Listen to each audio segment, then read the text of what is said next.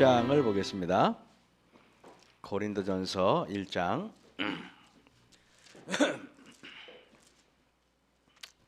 1절부터 3절까지 서문을 제가 읽겠습니다. 고린도전서 1장 1절 3절입니다. 하나님의 뜻을 따라 그리스도 예수의 사도로 부르심을 입은 바울과 및 형제 소스데네는 고린도에 있는 하나님의 교회 곧 그리스도 예수 안에서 거룩하여지고 성도라 부르심을 입은 자들과 또 각처에서 우리의 주 곧 저희와 우리의 주 대신 예수 그리스도의 이름을 부르는 모든 자들에게 하나님 우리 아버지와 주 예수 그리스도로 쫓아 은혜와 평강이 있기를 원하노라 그랬습니다. 오늘은 제가 하나님께서 인정하시는 교회란 어떤 교회인가를 한번 살펴보겠습니다. 제가 신학을 공부할 때 늘 교수님들은 그랬어요. 성도들이 교회관이 건강하지 않으면 교회는 언제든지 무너질 수 있다고. 그래서 종종 목사는요 교회에 대해서 이렇게 자주 가끔이나마 설교를 해야 할 의무가 있어요. 교회가 무엇인지 우리는 말하면 대부분 다 잘 압니다. 하나님의 교회란 성도라 부르심을 받은 사람들, 예수 그리스도의 이름을 부르는 사람들이 모인 곳이다. 이거 모르시는 분 없죠, 그죠? 다 잘 알고 있습니다. 그리고 이것도 알아요. 교회란 흔히 건물이 교회가 아니라 성도가 교회다라는 것도 여러분이 잘 알 겁니다. 복음이 전해진 2000년 동안 서구 교회는 건물과 교회를 동일시했어요. 그래서 건물을 짓는 것이 마치 교회의 목적인 양 오해했었습니다. 근데 그게 우리의 아까 제가 얘기했지만은 교회는 성도가 모인 것이 교회다라고 말하지만은 여러분 머릿속과 제 머릿속에는 옥천교회 하면은 여기 건물이 생각나지 사람이 생각나지는 않는 것입니다. 그게 우리의 아이러니컬하게 이론적으로는 알고 있는데 행동은 또 다르게 또 행동하고 있어요. 그게 우리의 매우 양면적인 그런 성격이 있습니다. 자, 교회는 조직이나 제도가 아닙니다. 그거 모르는 사람 아무도 없어요. 교회가 되기 위해서 근데 교회의 조직과 제도가 필요합니다. 교회가 조직이나 제도가 교회가 아닌데 교회를 운영하려면 조직이나 제도가 반드시 필요합니다. 그래 안 그래요? 교회가 제도를 만들고 또 제도를 만들 때 탈조직화와 비제도화를 반드시 염두에 두지 않으면 안 되는 겁니다. 제가 제일 싫어하는 말이 이런 거죠. 선례를 남기지 않는, 선례라는 말을 싫어해요. 아니 지난달에 직원에서 결정한 거 이번 달에 없애버리면 그만이지 뭘 작년에 했다고 그걸 겁을 내가지고 그렇게 하는지 나는 이해가 안 되는 것입니다. 제가 제일 싫어하는 단어가 선례라는 단어예요. 우리는 그만큼 늘 보면은 어떤 그 조직과 제도는 여러분 몰라서 하는, 가만히 생각해 보세요. 조직과 제도는 그 자체가 생명력이 있어요. 살아있는 거란 말이에요. 그게 뭔 말인지 알겠습니까? 그래서 세월이 흐르면은 모든 조직과 제도가 교회에 맞지가 않는데 조직과 제도는 따로 움직여 가지고 교회와 안 맞는데도 어쩔 수 없이 끌고 가야 돼요. 왜? 우리는 버릴 준비가 돼 있지 않기 때문에 그런 것입니다. 뭔 말인지 알겠죠? 이거 매우 중요한 얘기예요. 참된 교회가 되기 위해서는 당장 필요에 의해서 조직과 제도를 만들지만 그 조직과 제도가 자체의 생리에 의해서 경직화되고 고착화되지 않도록 언제든지 버릴 준비가 돼 있어야 돼요. 제가 우리 옥천교회는 작은 교회니까 별로 그런 일이 없지만은 장로님이 30명이 넘고 40명 가까이 되는 교회에서는 어떤 직원이 할 때는 매우 선례를 가지고 따져요. 그래서 제가 그거를 깨부수려고 얼마나 애를 썼는지 몰라요. 그래서 제 앞에서는 선례를 말하는 것을 용납하지 않았어요. 나는 늘 말합니다. 직원회는 교회를 위해 있는 거지 직원회를 위해서 교회가 존재하지는 것은 아닙니다 라고 이야기합니다. 여러분, 존 칼뱅이라는 사람이 파리에서 제네바로 넘어왔어요. 이 사람이 프랑스 파리 사람인데 그 종교 개혁은 어디서 했냐면 제네바에서 했어요. 여러분 제네바 가보신 분 있습니까? 제가요 주로 스위스 쭈리히나 베른 근처에서 살았지 제네바는 한 번도 가본 적이 없어요. 근데 어느 날 우리 처남이 저보고 매형 큰일 났어요. 왜 그랬더니 이게 여행사를 하는데 가이드가 빵꾸를 냈다는 겁니다. 그러고 저보고 제네바에 가서 오늘 가이드를 하래요. 앞이 캄캄해. 왜? 거기는 불어를 쓰거든. 나는 독일어밖에 모르는데 큰일 났어 이거. 그러니 식당 예약이고 뭐고 다 안 되는 거야. 영어도 잘 못해. 이게 독일어밖에 모르는 사람이 이게 이 제네바에 가니까 이게 큰일 났어요. 그래가지고 제가 이거 어떡하나 이거 가만히 보니까 이거 뭐 일단은 운전기사와 말이 안 통해. 두 번째 거기 제네바에 가면 그 호수 앞에 큰 광장이 있어요. 있는데 거기서 이제 우리 손님들한테 그 광장을 끝나고 나서 식당을 데리고 가야 되는데 모르는 거야. 내가 가장 있는 건 지도 달랑 한 장밖에 없어요. 모르면은 항상 머리가 나쁘면 뭐가 고생해요? 발이 고생하죠. 손님들 보고 여러분 여기서 자유시간이 원래 1시간인데 2시간 드릴게요. 마음대로 가지세요. 그리고 나는 어떻게 뛰가서 지도 갖고 가가지고 식당을 확인하고 거기다 모든 정보를 확인하고 와야 되는 시간이 넉넉 잡고 2시간은 걸려요. 나는 손님들 놀게 한 다음에 그냥 미친 듯이 지도 한 장 보고 달려가가지고 식당 알아보고 그리고 이제 하여튼 그날 제네바 투어를 마치고 집에 와서 제가 한 2, 3일은 제가 알아 누웠던 것 같아요. 하도 마음고생을 해가지고. 근데 제가 왜 이 얘기를 하냐면은 제네바에 딱 갔는데 여러분 저는 놀라운 걸 발견했어요. 제네바에 가면요 세계의 모든 유엔의 중요한 기구는 다 거기 있죠. 그래 안 그래요? 우리가 제네바 회담 이거 많이 들어봤죠. 제네바에 가니까 세상에 제 느낌으로는 돈이 깔려 있는 것 같은 느낌이 들었어요. 얼마나 도시가 아름답고 그 제네바 스위스에서 제일 잘 사는 도시가 어디냐면은 제네바하고 쭈리히예요. 근데 여러분 놀랍게 쭈리히에 가면은 찌빙글리가 세웠던 교회가 그 리마트강 앞에 딱 하니 있고 제네바에 가면은 칼빈이 세웠던 교회가 딱 있고 세계 3대 종교 개혁자가 다 스위스에서 있어요. 여러분 알아요?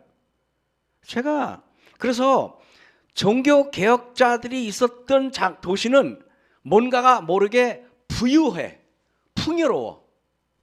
어느 도시에서 느껴보지 못한 감동을 느껴요. 특히 제네바는. 여러분 이 칼빈이 그 활동했는데 어떻게 했냐면은 존 칼뱅이 제네바에서 교회 개혁 운동을 했는데 그 개혁 운동은 북유럽으로 특히 스코틀랜드로 이데올로기 즉 사상으로 전달됐어요. 북유럽 사람들은 교회 개혁을 이데올로기로 받아들였어요. 그래서 그들은 사회를 건전하고 바람직하게 건설하기 위해서 이 이데올로기를 어디서 찾았냐면 성경에서 다 긁어낸 거예요. 이를테면 인권 문제, 복지 문제, 환경 문제 등등을 다 성경에서 다 발췌해 가지고 그리고 교회 개혁을 이데올로기로 만들었기 때문에 어떤 사람들의 조직이나 제도로 인해서 서로 다투거나 분열하지 않았어요. 왜? 교회 성경에서 빼왔기 때문에. 그런데 존 칼빈이죠. 개혁을 배우기 위해서 스코틀랜드에서 제네바로 가서 존 칼빈한테 오랫동안 배웠던 사람이 이름이 바로 존 낙스라는 사람이에요. 존 낙스가 왜 중요하냐면은 그 존 낙스가 바로 장로교회를 만든 사람이기 때문에 제가 하는 말이에요. 뭔 말인지 알겠습니까? 그러니 여러분 장로교회는 누구의 영향을 많이 받았겠어요? 칼빈의 영향을 받은 거야. 그래서 칼빈이 예정론 어쩌고 그러면 다 뭐 한 번 구원받으면 영원히 구원받는다 등등 다 그런 그 이론이 그 칼빈에서 나온 거예요. 그 여러분 희한하게 예언의 신을 보잖아요. 보면은 엘렌 G 화이트 여사가 종교 개혁자 중에서 허스라든가 마틴 루터라든가 쯔빙글리는 많이 언급하는데 칼빈의 언급은 별로 없어요. 왠지 알아요? 칼빈의 종교개혁은 문제가 심각하게 많아요. 사실은 진짜로 많아요. 칼빈은 어떤 사람이냐면요, 종교개혁을 할 때 예를 들면 도시에서 그가 뭐 도시의 전체 지도자 역할을 했어요. 어느 날 가니까 길거리 갔더니 남자들이 술을 먹고 있어요. 그럼 붙잡아다가 사형도 시키고 그랬어요. 옛날에 진짜로. 진짜로. 어떻게 감히 술을 먹어? 건방지게. 진짜로 그랬다니까요. 무시무시했어요. 공포정치였어요. 여러분, 존 칼빈에게 완전히 그 모든 사상을 받았던 존 락스는 교회 개혁, 교회 개혁이 뭐예요? 첫 번째, 여러분 그 당시 그 종교 개혁자들이 개혁이라 그러면 뭘 개혁할 것 같아요? 왜 설교는 목사들만 지가 다 알아서 해? 그것부터 시작하지 않아요? 뻔한 거 아니에요? 그러니까 어떻게 하겠어요? 야, 교회 주인은 목사가 니네가 아니야. 우리야. 그럼 우리 중에서는 그 대표자가 있죠. 그럼 누구예요? 그 장로교회. 그래서 괜히 그 장로교회가 괜히 그렇게 된 게 아니에요. 그게 뭔 말인지 알겠죠, 그죠? 다 이유가 있어요. 역사적으로 이렇게 우리가 이제 대학을 다닐 때 보면 교회 역사라는 걸 공부하거든요. 신학에서. 근데 스코틀랜드에 가서 존 칼빈의 사상이 제네바에서 시작됐는데 그 제네바 시작된 개혁이 존 락스에 의해서 스코틀랜드에서 이렇게 발전을 해요. 그래서 스코틀랜드 사람들이 그 신대륙으로 이주하면서 그게 미국에서 꽃을 피워요. 미국에서 꽃을 피워서 그게 어디 넘어가냐면 대한민국에 와가지고 미국에서는 나중에 하다 보니까 에이 이것도 문제가 많아. 이게 장로가 뭐 주인이야 뭐 이러면서 거기서 미국에서는 흐지부지 되는데 한국에서는 왕성해지죠. 그 장로교회가 가장 센 이게 어디냐면 대한민국이에요. 지구상에. 미국이나 이런 데 가면 장로교회 별로 없어요. 장로교회가 뭐야 그래요. 여러분 대한민국 장로교회 시발점은 미국 장로교회고 미국 장로교회 시발점은 그 스코틀랜드입니다. 그래서 옛날 그 존 락스가 주장했던 그 스코틀랜드의 장로교회가 우리나라에 그대로 들어와가지고 그때 이데올로기가 굳건히 살아서 남아가지고 지금까지도 안 죽고 버티고 있는 거예요. 문제가 많은 시스템이 있죠. 제가 왜 이런 얘기를 하냐? 미국 사람들은요, 그럼 왜 장로교회가 사라졌을까요? 그게 간단합니다. 미국인들은 자유분방한 기질이 있어요. 제가 독일에서 공부할 때 이해하지 못하는 인간이 누구냐면 미국에서 온 유학생들이에요. 꼭 1년에 한 30명가량이 와요. 진짜로 우리 대학에. 근데 얘네들 오면은요, 유럽 애들은요, 특히 독일 사람들이나 오스트리아 사람들이나 이런 사람들은 굉장히 보수적이에요. 굉장히 예의 바르고 예모가 있어요. 한국 학생보다 훨씬 예의 바라요. 진짜로. 근데 미국에서 온 애들은 껌 씻고 이러고 내가 볼 때는 완전히 상놈들 같은 그런 그 있잖아요. 왜 뭐 청바지 찢고 뭐 이런 뭐 이해할 수 없는 복장과 이해할 수 없는 행동을 하는 애들이에요. 그 애들. 이런 애들이 미국에서 장로교회 하면은 고착화된 그 장로교회 제도 틀 이거를 유지했을 것 같아요? 아니면 귀찮으니까 벗어버렸을 것 같아요? 당연히 벗어버렸지. 그래서 장로교회가 미국에서는 발전을 못했던 거예요. 당연한 거예요. 그건 당연한 거예요. 자, 근데 한국은 너무 잘 맞아. 한국 사람들은 유교적인 기반에 기틀을 둔 사람이기 때문에 한국 사람들은 너무 좋아. 한국 사람들은요. 근데 여러분이 보실 때 이제 이래요. 목사님이 너무 지나치게 완고하고 보수적이면 그 교회는 절대 발전 안 해요. 아시겠습니까? 나는 알아요. 그래서 제가 저보고 만약에 합회장, 어차피 합회장이 호칭하니까 모두 다 교회에서 나보고 목회자들 다 인사발로 내려면 내가 다 할 수 있어요. 성공 가능성 있는 목사는 보면 알아. 대번 진짜예요. 절대 성공 못하는 목사는 보면 대번 알아요. 어느 조직에 갖다 놓으면 다 망칠 사람 다 알아요. 왜? 사람의 특성을 보면은 다 있거든요. 그게 성장 가능성이. 우리는 여러분 이 장로 제도가 가부장적인 유교 문화와 접목하면서 독특한 한국만의 장로교회 시스템을 장착하게 됩니다. 아마 스코틀랜드의 존 낙스가 한국에 왔으면은 내가 말한 게 이거야? 이러면서 깜짝 놀랐을 것 같아요. 나는 이해 못할 인간들이야? 이러고 아마 혀를 차고 아마 갔을 겁니다, 여러분. 이런 거 아니에요.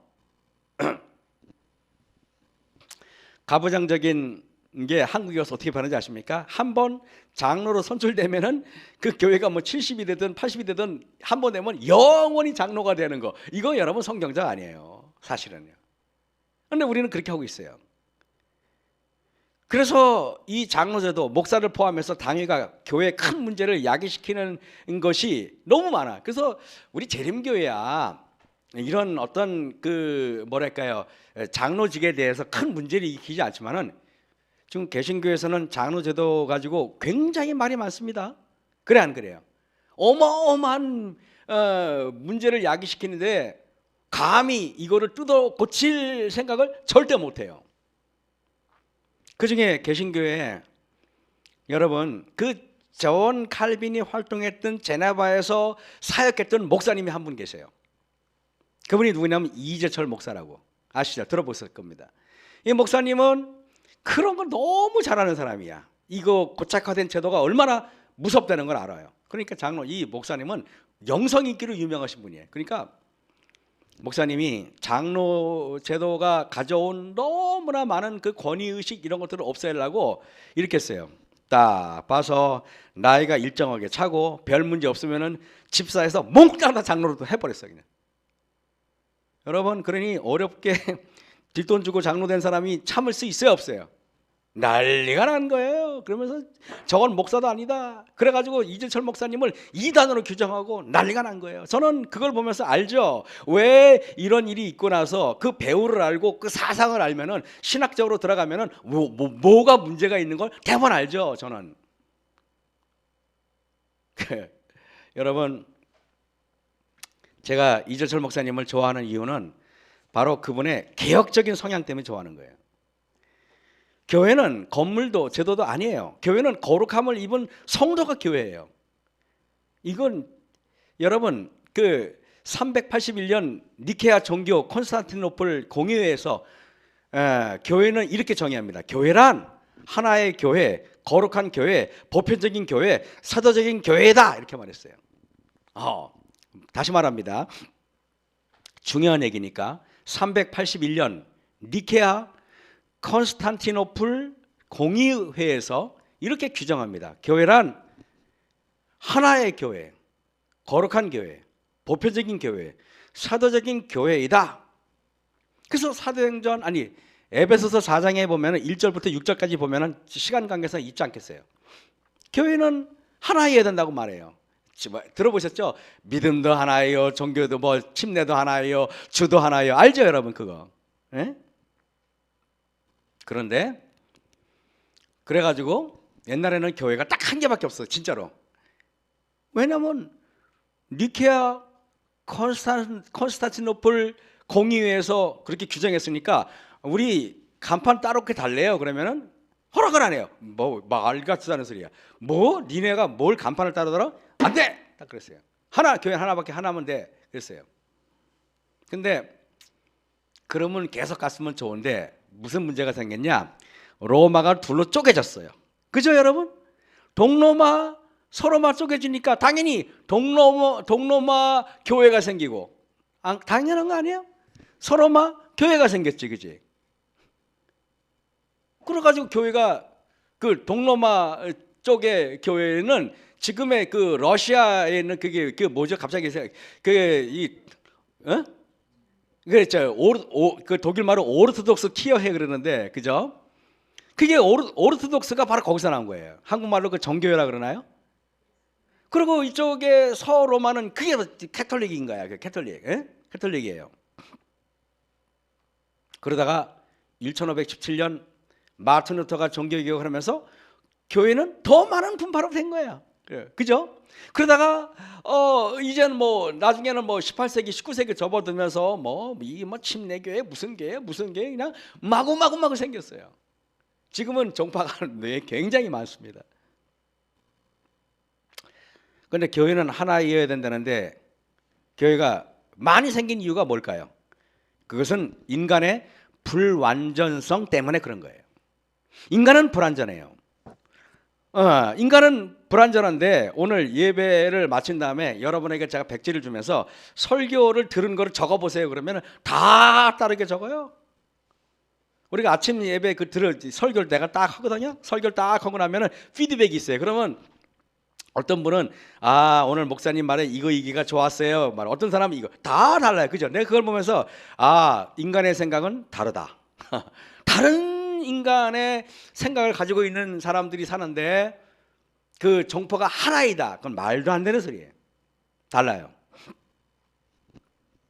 여러분, 저는요, 바로 이것 때문에 예수님이 복음서를 한 사람의 저자에 의하여 예수님의 그 사역을 기록하지 않게 했단 말이에요.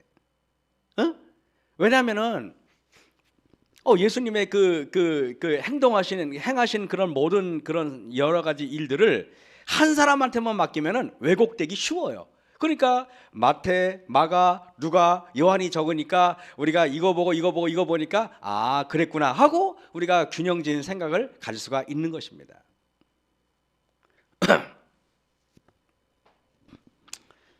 여러분, 두 번째, 교회란 거룩해야 하는 것이다. 니케아 아까 회의에서 말입니다. 우리가 거룩하다는 것은 우리가 거룩해서 거룩한 것이 아니라 형편없는 죄인이지만 거룩한 하나님이 우리를 거룩한 성도로 구별해서 불러주셨기 때문에 우리가 거룩하다 하는 거 여러분 잘 아실 겁니다. 많이 들어보셨고, 거룩하다는 것은 외적 형식과 형태에 달려 있잖아요. 거룩은 구별된 생각과 삶으로부터 시작된다고 얘기합니다. 여러분, 주님께서 제자들한테 물어봐요. 제가 어저께 설교했나요? 그 새벽기도 때 주는 그리스도시요 살아계시는 하나님이냐? 하나님이십니다 그래요. 너희는 나를 누구라 하느냐? 그랬더니 베드로가 그렇게 말해요. 근데 여러분, 베드로에게 예수님이 물어봐요. 사람들이 나를 누구라 하느냐? 그랬더니 제자들이 예수님을 더러는 침례 요한이나 더러는 엘리야나 더러는 누구라고 말씀합니다 그랬어요. 그럼 너희들은 나를 누구라 그러냐? 그랬더니 베드로가 예수님은 하나님 아들이십니다 이렇게 말했어요.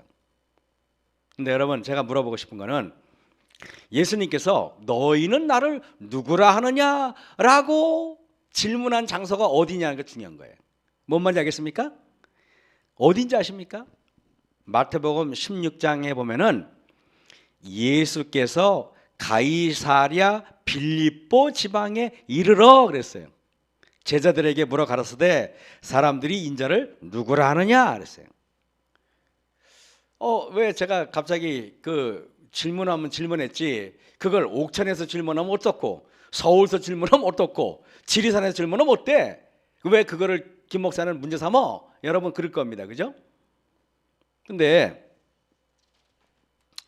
가이사랴 빌립보라고 했을 때 여러분들은 이게 지금 로마의 지명이에요? 아니면 이게 어디예요? 이렇게 물어볼 거예요. 왜냐면은 가이사랴 빌립보 그러면은 바울 서신에 나올 법한 지명이 여기 지금 내가 등장하는 거 아니에요? 맞아요. 근데 여기는 당연히 로마에 있는 어떤 그런 도시가 아니라 유대에 있는 도시를 말하는 거예요. 유대에 있는 도시를. 이게 어디 있냐면은 갈릴리 호수에서 북쪽으로 똑바로 올라가면은 약 40km 올라가면은 도시가 있어요. 그 도시 이름이 가이사랴 빌립보인데 거기는 여러분 그러면은 가이사랴 빌립보가 뭘까? 그 당시 분봉 왕이었던 헤롯 빌립 있잖아요. 왜 예수님을 십자가에 못 박은 사람이 누구예요? 헤롯 왕 아니에요? 그 선조들 아마 그 집안이에요. 헤롯 빌립이 큰 도시를 세우고 로마 황제 가이사랴한테 아부하려고 그 황제의 이름을 앞에 뜨거니 붙이고 지 이름을 나중에 붙였어. 빌립보 가이사랴 그러면 로마 황제가 기분 나빠하죠. 그죠? 저 보리장머리 이러면서 그럴 거 아니에요. 그러니까 가이사랴 빌립보 윤석열 김이란 도시 이러는 거예요. 쉽게 말하면. 근데 왜 이랬을까? 그 도시는 로마의 황제의 이름을 붙이는 도시는 여러분 이거 아셔야 돼요. 예를 들면은 아무 데나 갖다 붙이면 안 돼. 황제가 인정할 만한 도시여야 돼. 그렇지 않겠어요? 그래서 첫째, 황제의 칭호에 걸맞는 상당한 규모의 도시여야 돼요. 두 번째는 그 도시의 중심부 혹은 가장 중요한 지점에 황제를 경배하기 위한 신전이 있어야 돼요. 예수님께서는 제가 이 말씀 드리는 것은 허벌판에서 심산유곡에서 너희들은 내가 누구냐 이렇게 안 물어봤어요. 황제의 신전이 곳곳에 위치해 있고 황제를 친송하는 곳이 있고 사람들이 황제를 하나님의 아들로 인정하는 곳에서 물어봤다는데 의의가 있는 거예요. 뭔 말인지 알겠습니까? 그렇잖아요, 여러분. 그래서 여러분, 그 당시 로마의 사람들은 세 가지를 과시했어요. 첫째는 자신들의 힘, 파워, 군사적인 힘, 정치적인 힘, 경제적인 힘을 과시했어요. 둘째로 자신들의 지식을 과시했어요. 자신들이 어느 대학을 나왔고 무슨 박사학위를 가지고 이걸 자랑했어요. 셋째로 로마의 사람들은 육체를 자랑했어요. 그래서 로마 제국의 미술을 보면은 남자들의 매끈한 그 있잖아요. 그 나신이라 그러나요? 그 있잖아요. 나체 그거 여자들의 매끈한 나신이 그렇게 많아요. 다 로마 때 만들어진 거예요. 그죠? 이제 알겠죠, 그죠? 육체를 자랑했으니까. 근데 생각해 보세요. 자, 지금 제가 말하는 그 사상이 도시의 팡만한 그곳에 예수님께서 가셔가지고 첫째, 로마의 권력 있는 사람들이 즐비한 곳이 그 도시예요. 둘째, 많이 배운 사람이 있는 도시가 그곳이에요. 셋째, 멋진 사람들이 많은 도시 거기에요. 잘 차려입고. 근데 예수님은 행색이 남루해. 그죠? 옷도 잘 안 빨아입은 것 같아. 그리고 가난해 보여요. 이런 분이 제자들 보고 뭐 신발에 뭐 샌들에 흙이 잔뜩 묻어 있어요. 그런 분이 너희는 나를 누구라 하느냐 이렇게 뭔 말인지 알겠습니까? 저는 이 양복 입고 설교하니까 그래도 뽀대가 나죠. 저는 이 양복은 금요일만 입어요. 그래서 봄, 여름, 가을, 겨울 있습니다. 이걸 여러분이 금요일만 되면 늘 이 양복을 그죠? 늘 가만히 생각해 보니까 맨날 이것만 입죠. 왜냐하면 제가 헷갈릴까봐. 양복은 수백 벌 많은데 옷을 이것저것 하면은 뭐 고르는 거 나 싫어. 그래가지고 딱 옷도 그냥 안 사. 왜냐하면 맨날 그것만 입어요. 저는 고르는 거 싫어하거든요. 성경 볼 시간이 있어도. 그래서 여러분들은 봄, 여름, 가을, 겨울 늘 이 옷을 볼 겁니다. 금요일만 되면 입어요. 행색이 남루한 예수님 옷이 초라하시고 따라다니는 제자들도 보면은 로마의 권력 있는 사람들이 데리고 다니는 군사들에 비하면은 아무것도 아니에요. 그죠, 여러분? 그런 예수님이 제자 앉혀놓고 그런 제자들이 여러분 그렇잖아요. 여러분이 가끔 무슨 일로 강남에 가잖아요. 그러면은 내가 만약에 추리닝 바람을 다니기에는 부담스러운 데잖아요. 그죠? 지평은 추리닝 바람을 다녀도 안 부담스러워요. 우리 교수님 거기 계신 것은 좀 이렇게 알프스 같으니까 좀 잘 입어야 되나요?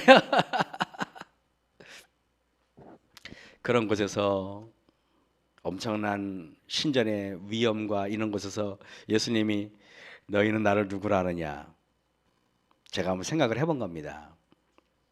광야에서 그렇게 여쭤봤다면은 그리고 예수님을 추종하는 사람들이 모인 곳에서 그랬다면은 이해가 되는데 가이사랴 빌립보에서 성경이 제가 그거 보면서 성경이 얼마나 무시무시한 책인가.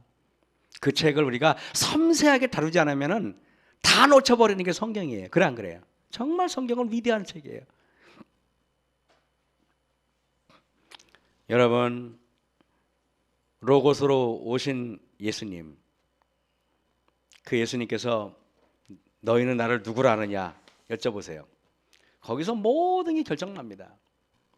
여러분 우리는요 때로는 고관 대작들 앞에 가서도요 내가 섬기는 예수님 때문에 여러분이 기죽어서는 안 되는 거예요. 예수님이 내가 지난주에 뭐 여러분에게 폭탄 선언은 저 사기당했습니다. 얼굴 보니까 문제 있어 보입니까? 전혀 문제도 없죠. 오늘 11조까지 냈어, 그지? 제가 여러분에게 그러는 것은 내가 믿는 하나님이 위대하고 내가 따르는 예수님이 존귀한 분들이기 때문에 제가 이 땅에서 어려움을 겪는 어려움은 어려움이 아니에요. 진짜로. 여러분 여기 요한복음 21장에 보면 사복음서의 마지막 장이죠. 사복음서의 결론이라고 할 수 있는 거기서 예수님은 이렇게 물어봐요. 내가 나를 사랑하느냐? 라고 하는데 놀랍게 요한복음 21장 1절에 성경은 이렇게 말해요. 그 후에 예수께서 디베리아 바다에서 그래요. 아니 여러분 유대인들은요 갈릴리 바다를 디베리아 바다라고 부르는 것을 수치심을 느껴요. 왜냐하면 그것도 황제의 칭호가 들어가 있거든. 그래 안 그래요? 티베리우스 황제를 기념하는 그 이름이 디베리아야. 그래서 티베리우스 호수예요, 그 원어로. 그런데 아니 로마 황제 티베리우스를 기념하기 위한 황제의 도시가 있었는데 굳이 사도 요한이 디베리아 바다라고 부르는 이유가 뭐냐 이런 거예요. 그것은 여러분 아까 가이사랴 빌립보에서 너는 나를 누구라 하느냐의 연장이 아닐까. 너는 나를 누구라 하냐고 물어봤는데 요한복음 끝날 때는 예수님이 이렇게 물어봐요. 내가 나를 사랑하느냐 이렇게 물어봐요. 진일보한 질문이 아닐까요? 그래 안 그래요? 그죠? 진일보한 질문이 아닐까요? 내가 나를 누구라 하느냐가 중요합니까? 내가 나를 사랑하느냐가 중요합니까? 훨씬 더 진일보하고 깊이가 있는 질문이에요. 여러분 우리가 진리를 쫓아 살아야 할 세상은 결코 산속이나 광야가 아닙니다. 황제의 논리가 판을 치는 이 세상 속에서 우리는 주님의 말씀을 쫓아야 합니다. 그러니까 황제의 논리가 가득한 가이사랴 빌립보, 황제의 논리가 가득한 디베리아 바다에서 예수님께서는 내가 나를 사랑하느냐? 너희는 나를 누구라 하느냐? 다시 말하면 이 세상에 화려한 네온사인이 있는 곳에서 너희들 나를 사랑할 수 있니? 너희들 이 세상에 있는 여러 복잡한 논리 속에서 너희들이 정말 세상의 시스템에서 바쁘다고 하나님 안식일도 안 지키고 이런저런 이유로 그러는데 너희들 그런 모든 논리를 다 제쳐놓고 나 섬길 수 있어? 하는 겁니다. 왜 우리는 이것저것 뭐 사정이 생기면 이래서 교회 안 나오고 저래서 교회 안 나오고 이래서 교회 일 안 하고 저래서 교회 일 안 하고.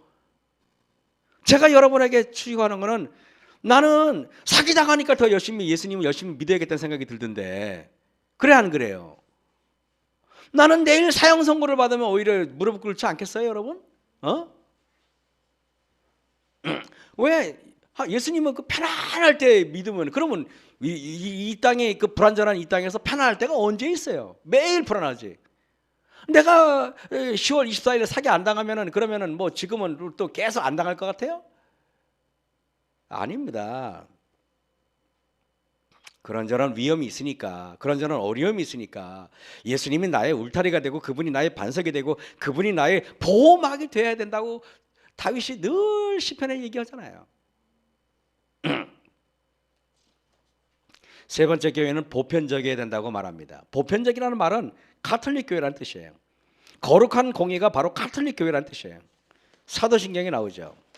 사도신경에 보면 우리는 사도신경을 읽지 않지만은 제가 장로교회 될 때는요 매일 예배 때마다 사도신경을 외웠어요.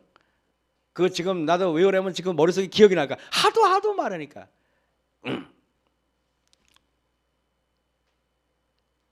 여러분 가톨릭이라는 뜻이 보편적인 교회라는 뜻인데 이 가톨릭이라는 이름이 정말 가히 혁명적인 이름이에요 사실은요.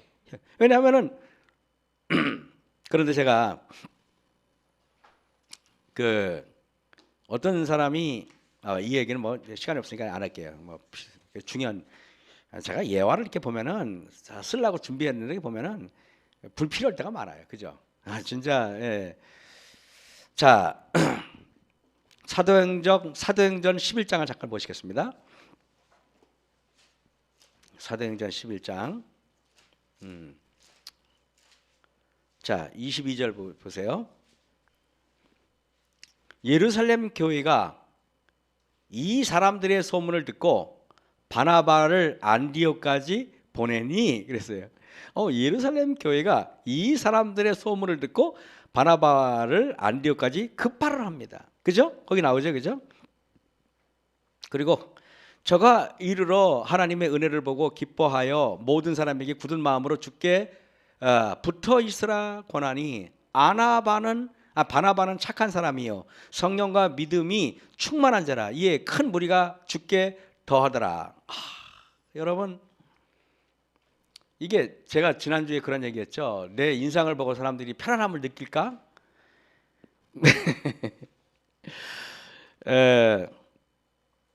설교하는 톤으로 봐서는 더 불편해 보이겠습니다. 근데 이제 성경을 보면서 바나바는 착한 사람이라 이렇게 설명해요. 이게 모세는 뭐라고 말해? 성경은 지면에서 모세보다 온유한 사람은 없다 말해요. 그죠? 결국 우리가 신앙할 때 정말 이게 착한 사람이 되는 거, 온유한 사람이 되는 거, 그거는 성경에서 굉장히 귀하게 보는 특성 중에 하나인 것 같아요. 자, 사도행전 11장 22절에서 30절을 가만히 들여다보잖아요. 지금도 안디옥을 가면은 2000년 전에 초대교회 교인들이 핍박을 피해서 숨어서 예배드리던 동굴이 있대요. 아마 성지순례 했던 분들은 알 거예요. 그 동굴은 너무 협소해서 몇십 명 들어가면 꽉 찬대요. 그런데 이 작은 교회에서 바울이 나오고 바나바가 나온 거예요. 그죠? 이 작은 교회에서. 이 작은 교회가 로마 제국을 뒤집어 엎었어요. 그러면은 그 동굴보다 월등히 크고 화려하고 현대식 시설을 가진 옥천교회는 로마 제국을 뒤집어 엎었던 안디옥 교회보다 부족할 게 뭐 있을까 생각이 들어요. 목사만 좀 인상만 좀 달라지면 더 좋겠죠? 그런데 여기 보면은 그 직원 명단 보면은 첫 번째 이름이 바나바예요. 그죠? 아까 보였죠? 두 번째는 니게르라 하는 시몬이 나올 겁니다. 읽어보시면. 그죠? 시몬은 니게르라는 용어가 검다라는 뜻이에요. 그러니까 우리는 말하면 니그로 알죠? 니그로. 그치? 거기서 나온 거야. 니그로에서. 그러니까 니게르라는 시몬은 누구냐면 흑인이에요. 쉽게 말하면 흑인. 옛날 로마 제국 당시의 흑인은 다 노예예요. 노예 아닌 사람이 없어요. 그 제국 내에선 그냥 일반 시민권을 가진 흑인은 없었어요. 몽땅 다 노예예요. 그리고 세 번째는 구레네 사람 루기오예요. 구레네 사람 루기오는 옛날 그 예수님을 십자가를 대신 졌던 사람 기억나죠? 그 동네 구레네가 어디냐면 지금의 리비아를 말해요. 리비아. 리비아. 네 번째 인물은 헤롯의 젖동생 마나엔. 젖동생이라는 말은 동생이기도 하고 어렸을 때부터 단 중막 고우를 뜻하기도 합니다. 자, 로마 집권 세력은 이 보면 마지막 인물이 바로 사울이에요. 지금 제가 언급한 인물들 보세요. 하나는 흑인이고 뭐 하나는 바나바고 다 각각 다르죠. 하나는 저 리비아에서 왔고 뭐 어때요? 동질성을 찾아볼 수 있나요? 앉아 있는 사람들 통해서 없어요. 어쩌면은 우리 앉아 있는 여기 여러분들도 보면은 굉장히 다양한 직업군 있잖아요.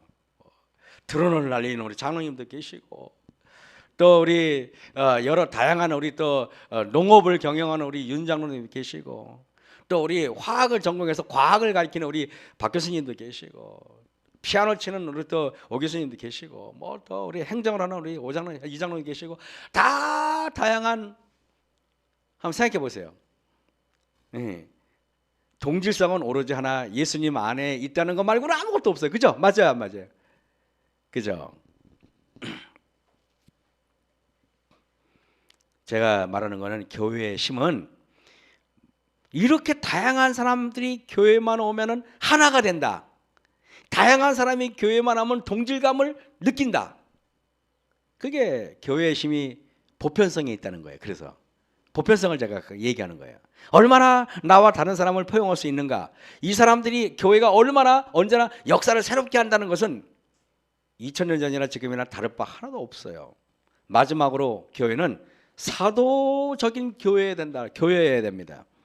사도적인 교회라는 뜻은 사도들이 우리들에게 전해준 말씀의 터 위에 있는 교회여야 된다는 말이에요. 참된 교회는 말씀을 사랑하는 교회여야 돼요. 제가 돌이켜보니까 교회 역사를 공부하면 종교 개혁사를 공부하게 됩니다. 아까도 언급했던 칼빈이라든가 쯔빙글리, 허스라든가 마틴 루터라든가 웨슬레라든가 낙스라든가 훌륭한 분들이 있잖아요. 다 여러분 특징이 뭔지 알아요? 게으른 인간은 하나도 없어요. 하나님 말씀을 연구하는데 탁월한 열정을 가진 사람들이었어요. 하나님이 사도 바울을 쓴 거 보세요. 바울 서신 여러분 보시면은 이거 한 절 읽어가지고 이해하기도 어려운데 이 책을 쓴 분 어마어마하잖아요. 가끔 그런 생각 안 들어요? 오늘 제가 여러분 오늘 마지막으로 이런 얘기를 할게요. 나무는 제가 가장 좋아하고 인생의 꿈이 있다면 넓은 땅에서 나무를 심는 거예요. 우리 구성의 삶에도 그렇죠? 나무를 너무 좋아해요. 우리 집에 나무를 미친 듯이 막 심어놨어. 이렇게 심으면 안 되는 나도 알아. 근데 한 그루 심고 횡하니 있는 걸 하는 걸 못 봐. 그러니까 그 지저분하든 말든 그냥 막 심었어. 그냥 닥치는 대로. 내가 좋으면 됐지 뭐. 그 나무에서 여러분들은 교훈을 받으셔야 돼요. 구성현의 막 그 어르신들의 말씀이 거기 다 하는 거예요. 어떻게 나오는지 보여줄게 보세요. 첫 번째 가지가 딱 나와요. 첫 번째 가지. 첫 번째 가지는 그 나무에서 가장 오래된 교인을 뜻하는 거예요. 맞아요, 맞아요. 그죠? 오래된 거 있잖아요.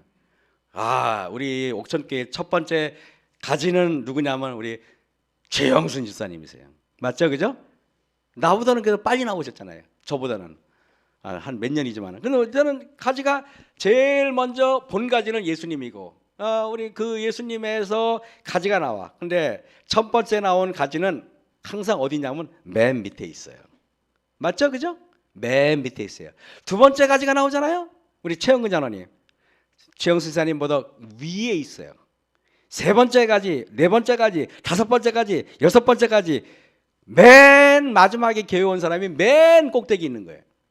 그렇게 맨 꼭대기 존중받아야 된다는 뜻이에요. 만약에 첫 번째 가지가 야 내가 왜 기분 나쁘게 맨 밑에 있어? 라고 치고 올라가면은 그건 안 되는 거예요. 그래서 나무는 보면은 항상 첫 번째 가지는 과묵하게 오랫동안 쫙 있기 때문에 나중에 숲속에서 이게 있잖아요. 이렇게 숲속에서 이렇게 햇빛이 이렇게 나무가 많아서 가리잖아요. 첫 번째 나온 나무는 죽어가요. 내가 완전히 죽어서 없어져 버려야 돼. 그래서 위에 있는 것들이 살아서 그 나무를 다시 키우기 위해서 첫 번째 나무는 묵묵히 나중에 나온 가지들을 위해서 밑거름이 돼주는 정신이 바로 교회의 정신이어야 되는 겁니다. 그게 그죠? 매우 중요한 정신이에요. 오늘 저는 이걸 보면서 그래서 목사가 그 오래되면 될수록 후배 목사한테 뭔가 더 중요한 역할을 넘겨줄 줄 알아야 되는 거예요. 그냥 내가 다 하겠다고 그러면은 그거보다 꼴사나운 게 없는 거예요. 응? 어떤 폭풍과 비바람을 견딜 수 있는 구조는 크고 오래된 가지가 맨 밑에서 버텨 주셔야만 교회가 건강하게 미쳐오고 있는 거예요. 교회에 분쟁이 일어나고 분란이 일어나는 모든 교회의 문제는 오래된 밑에 있어야 될 가지가 자꾸 위로 막 올라오려고 그러니까 문제가 되는 거예요. 그러니까 밑에 있는 작은 가지는 다 하니까 이게 가분수가 돼가지고 오래된 가지 굵잖아요. 굵은 나무가 맨 위로 올라니까 나무가 척 하고 쓰러져 버리는 거예요.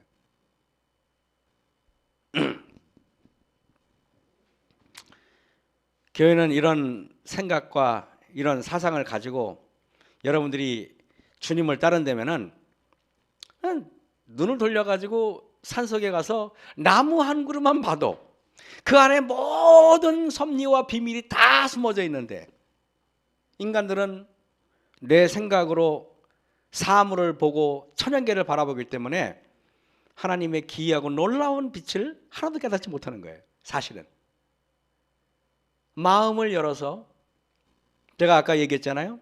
마음을 열어서 사람들이 있잖아요. 나중에는 그 제도와 그 교회에서 만드는 규칙들이 오히려 교회를 압도해가지고 교회를 막 얼금해요. 막 그렇게 살았던 인간 중에 하나가 뭐냐면 바리새인들이에요. 뭔 말인지 알겠습니까? 그게 바로 유전이라는 게 바로 그거예요. 예수님께서 이 땅에 오신 게 뭔지 알아요? 그 유전을 회파하는 거예요. 그래서 목사는 교회에 행정의 달인이 돼서는 안 돼요. 행정이라는 거는 교회를 편안하고 편리하게는 하지만은 교회를 개혁하고 신선하게 살아 꿈틀거리게는 못한다는 거예요. 제가 여러분에게 이야기하기를 늘 마음을 열고 하나님께서 나에게 말씀하신다면은 내가 어저께까지 정말 원칙이라고 알고 있던 것들을 오늘 폐기처분할 줄 알아야 돼요. 그래서 엘렌 화이트 여사가 이런 얘기를 했어요. 사랑의 원칙 말고는 원칙을 만들지 말라 그랬어요. 들어보셨습니까? 사랑의 원칙 말고는 모든 원칙은 무가치하다 그랬어요.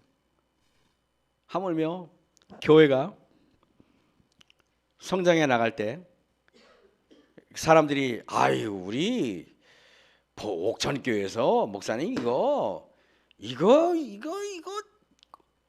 여지껏 우리가 이걸 얼마나 얘기했는데 이런 경우 있어요. 저는 그렇게 생각하지 않아요. 예수 그리스도의 십자가 외에는 모든 것을 배설물로 여길 준비가 되어 있어야 됩니다. 사랑의 원칙, 희생. 그래서 저는 어저께까지 이랬다 해도 오늘 다 뒤집어 엎을 수 있는 마음이 제 안에 있어요. 진짜로. 몇 번 망해보세요. 다 가능합니다. 하나님의 원칙 외에는 제가 사실은 요즘에 뭐 이래저래 마음도 번데 아침에 새벽에도 준비하고 말씀 준비하고 막 그러다가 제가 열심을 더 내는 이유가 뭔지 알아요? 같이 아침 예배를 담당하는 그 우리 최재범 교수 같은 경우에는 내가 그분한테 물어봤어요.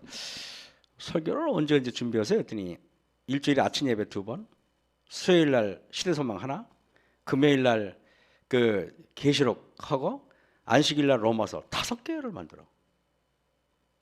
5개의 파워포인트를 만드는 거 쉬운 줄 아세요?